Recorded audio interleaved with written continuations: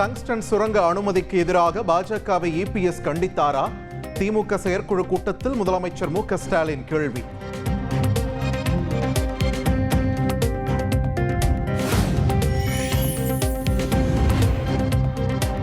(2024) நாடாளுமன்ற தேர்தலில் அதிமுக வாக்கு சதவீதம் 1 விழுக்காடு உயர்ந்துள்ளதாக இபிஎஸ் உளறி உள்ளதாக முதலமைச்சர் மு க ஸ்டாலின் விமர்சனம். ஜெயலலிதா சொத்து குவிப்பு வழக்கில் குமாரசுவாமி போட்ட கணக்கையே மிஞ்சும் வகையில் இபிஎஸ் கணக்கு உள்ளதாகவும் தாக்கு.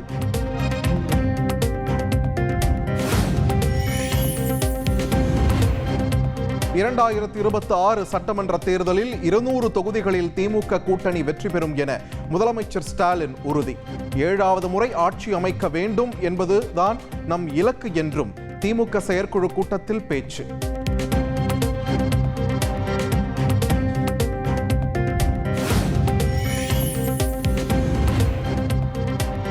தமிழ்நாடு அரசு கோரிய 6,675 கோடி ரூபாய் நிவாரண நிதியை ஒதுக்காத மத்திய அரசை கண்டித்து திமுக செயற்குழுவில் தீர்மானம் நிறைவேற்றம்.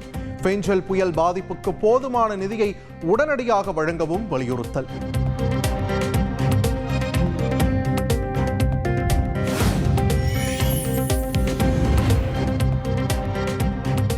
செங்கல்பட்டு, விழுப்புரம், கடலூர் மாவட்டங்களில் வரும் 24, 25ஆம் தேதிகளில் கனமழைக்கு வாய்ப்பு. சென்னையில் மிதமான மழைக்கு வாய்ப்பு உள்ளதாக வானிலை ஆய்வு மையம் தகவல்.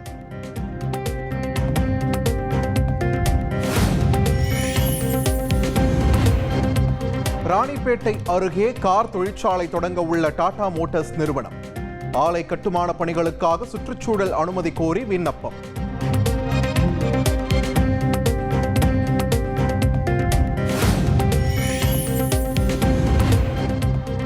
சாதி ரீதியான வீடியோக்களை பதிவு செய்பவர்கள் மீது கடும் நடவடிக்கை எடுக்கப்படும்.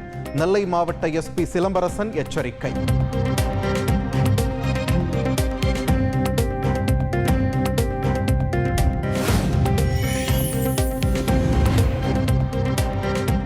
நெல்லை மாவட்டத்தில் டன் கணக்கில் கொட்டப்பட்டுள்ள கேரள மருத்துவ கழிவுகளை அகற்றும் பணி தொடக்கம்.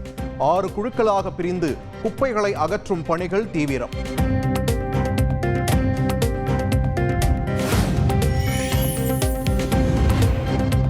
கேரளாவில் இருந்து கொட்டப்பட்ட மருத்துவ கழிவுகள் தமிழக அரசின் தொடர் நடவடிக்கைகளால் அகற்றும்.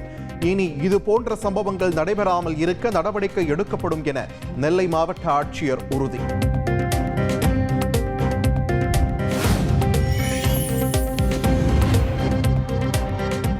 சோதனை சாவடியை தாண்டி குப்பைகள் எப்படி தமிழகத்திற்குள் வருகிறது? நெல்லையில் மருத்துவ கழிவுகள் கொட்டப்பட்ட விவகாரம் குறித்து நாம் தமிழர் கட்சி ஒருங்கிணைப்பாளர் சீமான் கேள்வி.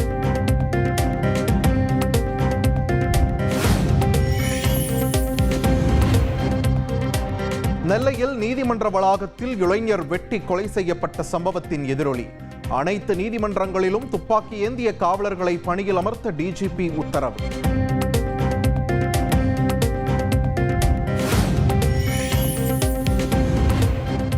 ஊராட்சி செயலாளர்கள் ஒரே கிராம ஊராட்சியில் தொடர்ந்து பல ஆண்டுகள் பணிபுரிவதை தடுக்கும் பொருட்டு பணி மாறுதல் வழங்க நடவடிக்கை. அனைத்து மாவட்ட ஆட்சியர்களுக்கும் ஊரக வளர்ச்சித்துறை இயக்குனர் உத்தரவு.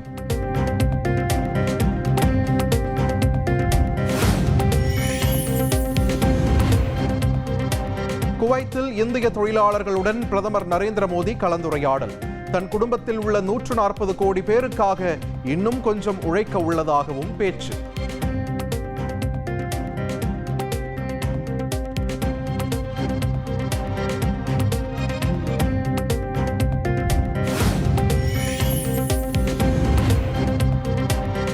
பஞ்சாப் மாநிலம் மொஹாலியில் 4 மாடி கட்டடம் இடிந்து விழுந்து கோர விபத்து. இடிபாடுகளில் சிக்கி உயிரிழந்த 20 உடல்கள் மீட்பு. 10க்கும் மேற்பட்டோர் சிக்கி உள்ளதாக அதிர்ச்சி தகவல்.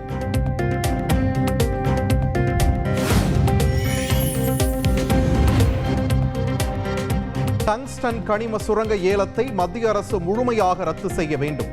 மதுரை சின்ன கற்பூரம்பட்டி கிராமத்தில் பொதுமக்கள் கவன ஈர்ப்பு போராட்டம்.